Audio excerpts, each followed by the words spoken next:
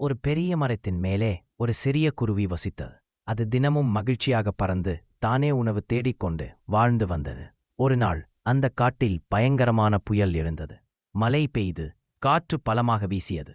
குருவியின் குட்டியான கூட்டில் தண்ணீர் புகுந்தது. குருவி யாரிடமும் உதவி கேட்க முடியவில்லை, ஏனெனில் எல்லா விலங்குகளும் தங்களின் தங்குமிடங்களில் ஒளிந்து கொண்டிருந்தன. அப்போது அந்த சின்ன குருவி நினைத்தது, யாராவது வந்து உதவுவார்கள் என்று காத்திருந்தால் என் கூடு நாசமாகிவிடும்.